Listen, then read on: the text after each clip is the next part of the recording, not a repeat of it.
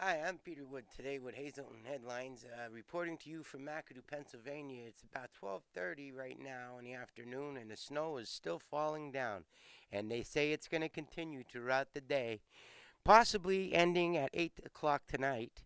But as you can see, it's still falling down here on South Kennedy Drive in McAdoo here. We're going to take a little walk and see if we can get a measurement of the snow.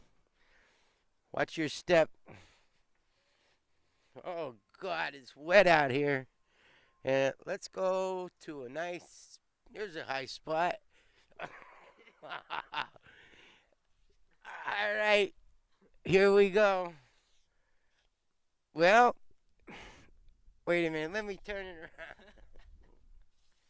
Looks like we got uh 24 inches, which would equivalent 2 feet the last time I went to school.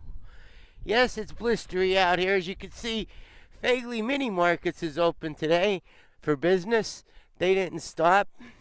And I didn't see any state plows out so far, but I did see many of the borough, as you can see down the street right now. There goes the borough payloader. They're doing the best they can, but this is a never-ending snow out here, ladies and gentlemen. We'll see you later on with an update on the storm. Good day and good news.